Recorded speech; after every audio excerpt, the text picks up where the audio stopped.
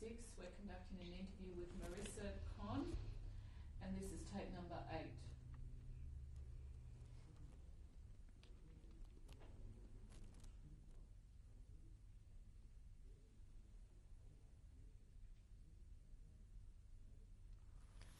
Okay, so how did you get to Australia? Getting the permit from our cousin, Jack Fight, who was during the war in Shanghai, but after the war he joined his only son, who was sent to England just before the war. He made permits for us, and we arrived to Australia. By what? By ship, by Eridan. My child was by then already 1.5, a sweet little child, sweet little girl. They even made, the newspapermen came over to the ship because it was one of the early stages of emigration to Australia, and they made a photo of Zelinka. What year was this? It was February 1949. Was it a difficult trip over? Was it exciting? It was a very difficult trip over. On a ship, they allowed me to cook this little porridge in the ship's kitchen. And there was working a Negro cook. Coming to the kitchen, I always greet him, say thank you. He wasn't used to it. I knew French from my 2 years of learning French at high school. It was my whole kitchen French. And he started to be very nice to me. He started each time when I brought the spot to cook the porridge, he always gave me a little roll to take back, or an egg for the child, or an orange. That if I will tell you what have been the conditions on the ship, that a glass of clean water cost $1. Once we made a strike because it was a group of English people coming from England, and their condition was a little bit better because they have been getting afternoon tea. And we begged to get the kettle after these English emigrants to have a little bit tea for ourselves. And at the end, I think they gave it to us. But the conditions have been very bad. We have been sleeping in one hall, ladies separated, men separate, 3 levels under the ground. How long was the journey? The journey was very long. We have been stopping in each French colony on the way to Australia. And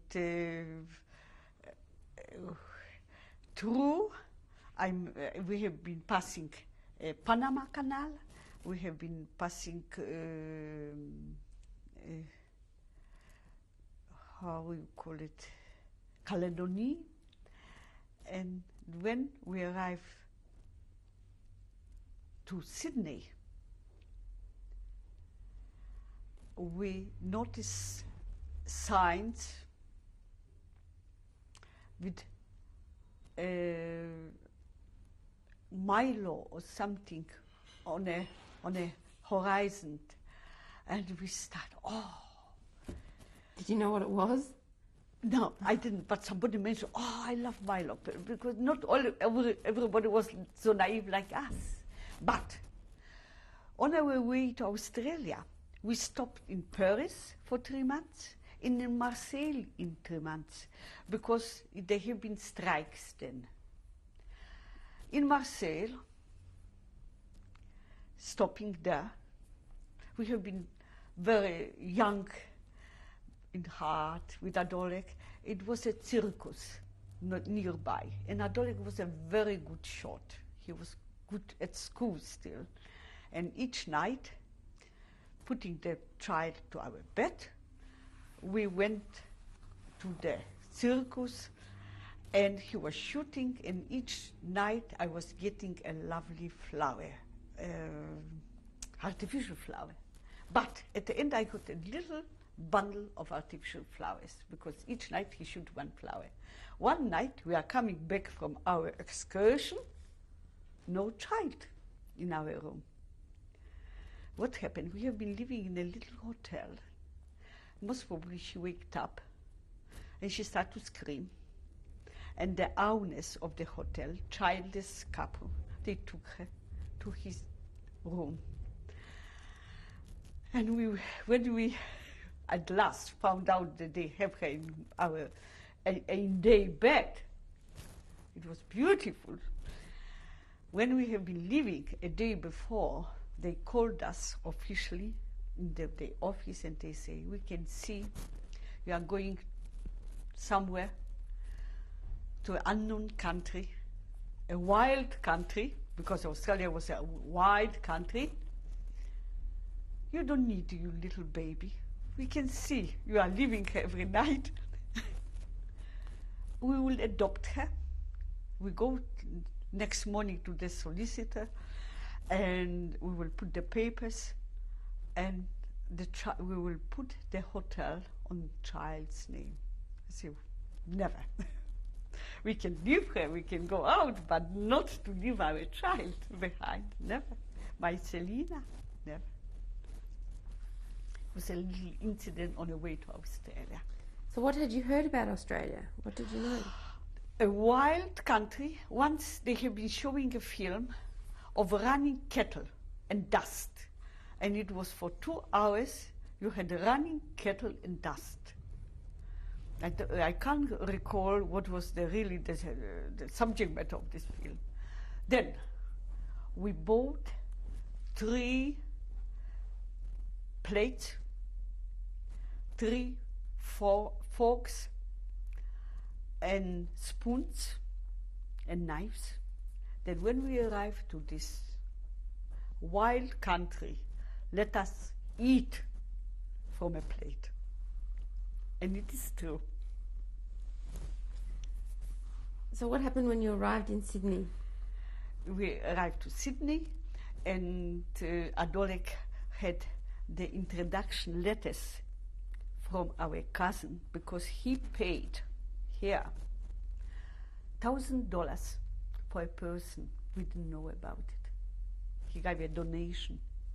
We didn't know about it. And when we, from Sydney, we arrived to Melbourne, because these people made this permit in Melbourne. He took out this little, people came to welcome everybody, and we have been standing alone with this little child. Nobody came welcoming us. It was and Adolin with his little notebook and with his letters of introduction. At last somebody came from, I think, from the Gmina, or what do you call it, from the Jewish Welfare? Yes. From Jewish Welcome Committee, perhaps. And they took us to welfare society, right? And they say, the wife and the child will go to one place, and the husband to the other place. And I start really crying, because again they started to segregate us. This war experience has been very fresh in me still. We have been only there overnight. Next morning, Adolek started to ask where we could get somewhere a room. He looked for the person who made the permit. Unluckily, he was going on his honeymoon. married a very rich lady. He was a young man, but giving us his room where he was living. It was next to St. Kilda Junction. And we have been living there for a few weeks. In 1 year, we changed 8 times. Each time, a little bit better, little bit better. Which areas did you live in? We went from St. Kilda Junction, living with this lady. We went to Northcote, High Street. Before we have been living in a room in Mansfield Street. And then we have been, one of the very unusual experiences was we have been living with a conductress, which she had a little cottage, and each day she was introducing me to a different husband. It is my husband from Monday, this is my husband from Tuesday, and I took her earnestly. I believe such are the ways in Australia. But one day I noticed one husband climbing to the very low window, what I didn't know that he belongs to any day. Then slowly it came to me that she was a prostitute. We have been living with a prostitute. One day she came to us and Adolek started to work. In no time he bought a bicycle, he bought a map, and slowly, slowly, I remembered at the end of first year nearly, we had $200. Why I know it? Because one day she came with a proposition that she will give the little cottage to us for key money if we will give her $200. And then I know we had the $200, but Adolek asked her, I must have some letter from the agent, not by word, because next door was a vegetable man who spoke Polish, I think, and each time when something happened, I was running to him to ask him to help me out. And she came next day with a letter from the agent, but without a letterhead. Then again, the vegetable men say it's something fishy about it. What happened? Next day, she came with a different letter, again not with a letterhead, but she was already impatient, having her valizas at the door. And Adolek said, no, I earn my money in a hard way. I'm not going to part with it if I don't know 100% that this money covers the key money of this apartment. What happened? A few days later, came 2 policemen with a notice that we must leave the premises because she didn't pay rent for 1 year. And we went to our boardings, our different rooms. Then we have been behind a shop in High Street, Northcote. Were you working at the time? Yet still not. Selina was small. She was, Adolek only was working. What was he doing? But he was, before the war, he finished a textile school as a textile designer. And he went to work for a textile firm, carpet textile for Finks, I think, in Preston. He was working up there in this factory. And when we have been living behind the shop, it was terrible conditions there. Neglected, very neglected. 2, 3 rooms, yes. I asked Celinka, go outside, because it was a little yard, and go and play, go and do something outside. And she said, where should I go? It's nowhere to go. Then I told myself, by water and bread, we must go out of it, and we must try to be independent, to buy a little house. And being in Australia 1.5 years, we came to a deposit for a small house. We got a loan from insurance company, what very easily insured us. And we moved into a lovely new little house in Mansfield Street, Thornbury. After a year living there, and we have been so happy. It was so lovely. We bought some furniture, everything what we get. I remember my first fridge. I was washing it every week. I was so proud of it. You can imagine what it means to a person to get something his own, with his own hard work, and to appreciate it. Did you get any assistance from Jewish welfare at this stage? Then, living in this house, Adolik started to be very unruly, because he did like to be independent. He saw around him that people started slowly try to get any profession to get in the. A Tyler was like a lecturer, better than lecturer of a university, you know. They had the best opportunities to get independent. One thing what we had with us, we had a camera, like a photo camera, and he always loved making photos. I remember times when, if to buy a film to put in a camera or to buy me a pair of stockings, always went to buy a film.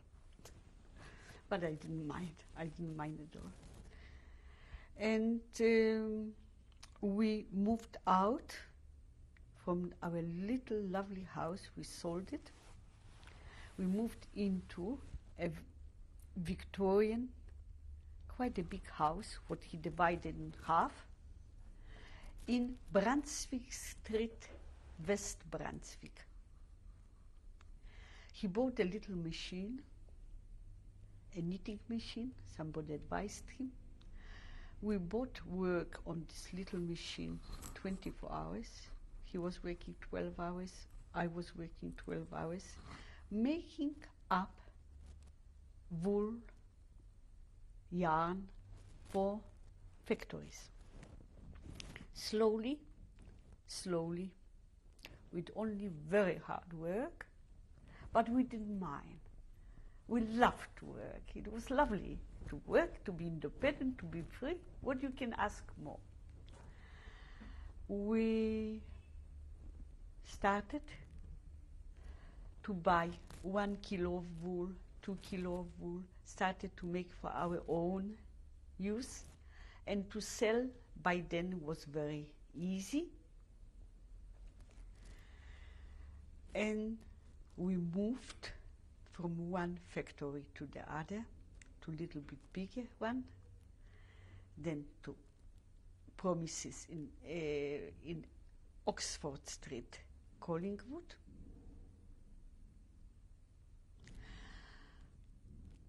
He always was dealing with people straightforward and in total honesty. We never, ever bribe nobody. From Wool Bureau, if they needed to make some experiments with wool, they always came to Adolik, because they knew he will be the right person for it. But meantime, Celina married. We took her husband into the factory. But he was a soldier. He wasn't a man for thinking for himself. As much as Adolek tried very hard, slowly, to make him to run the factory. Meantime, the marriage collapsed. We had great problems with him. Selina, after a few years, met Graham, and they are very happy now together. Had 2 children. Justine works by now. She matriculated. She didn't study, but she works now. Anton is finishing medicine. She finishes now the 4th year. Next year he was selected to go to Kenya and to work in Kenya as a young practicing doctor. Jane met Ronnie Yoram, whose idea was to go to Israel because his mother was born there. And they married, they went to Israel, and they are already living there 14 years.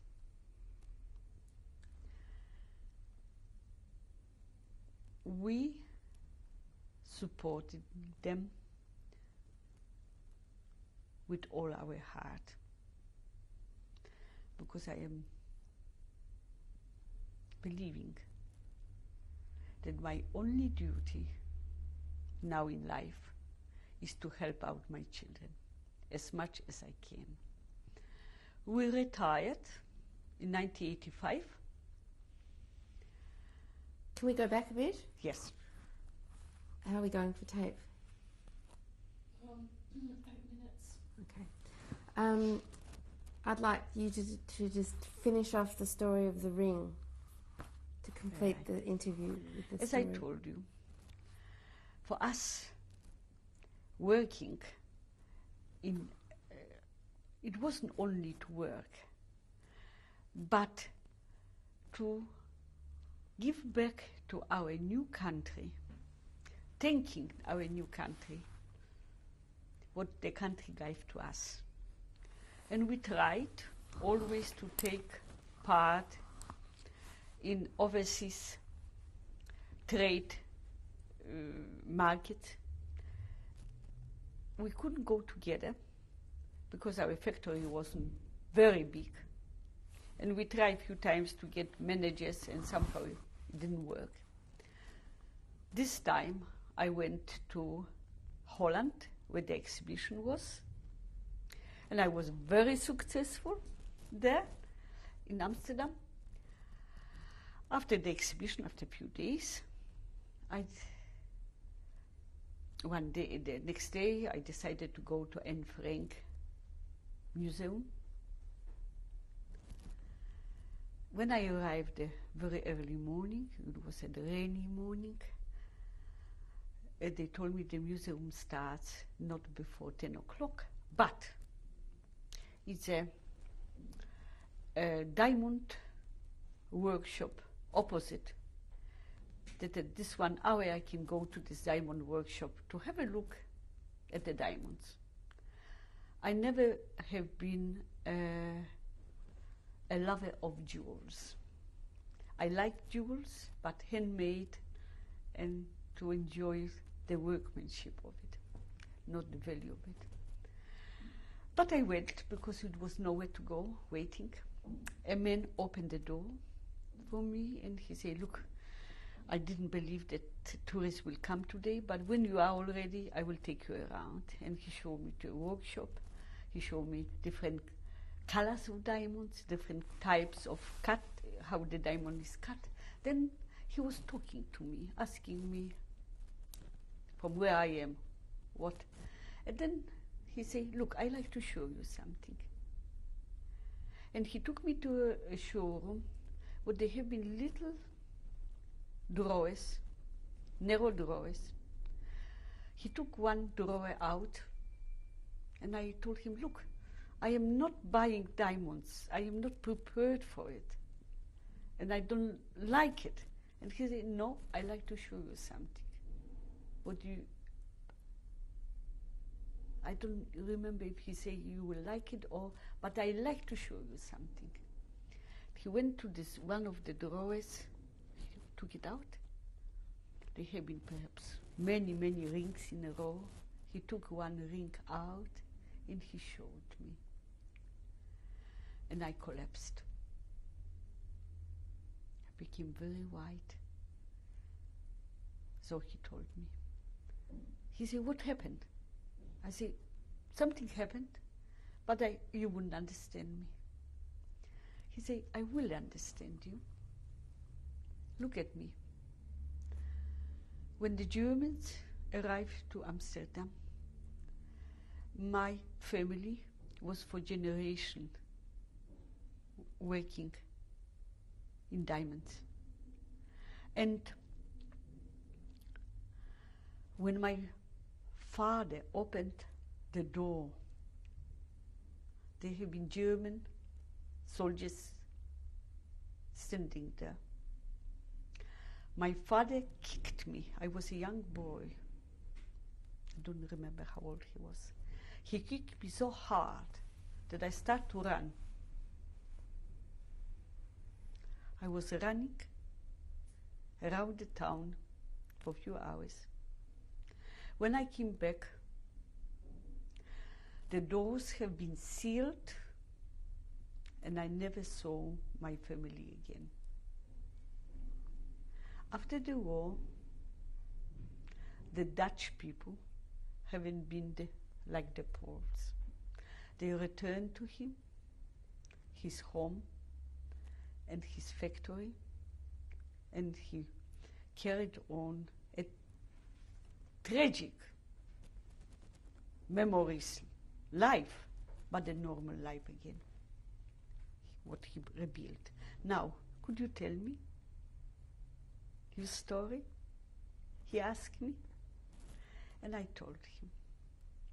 And he said, this ring belongs to you. But it was a little bit too big for me.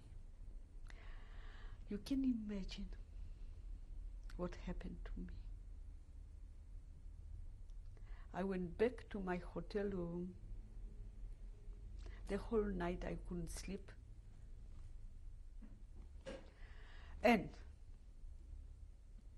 I decided that I'm going to pay him for the ring, even if I will be left without money at all. I came back next morning. The ring was prepared for me. I paid him for the ring. It was about 400 sterling, I think. I still had the money, enough. And there, my mother was returned to me.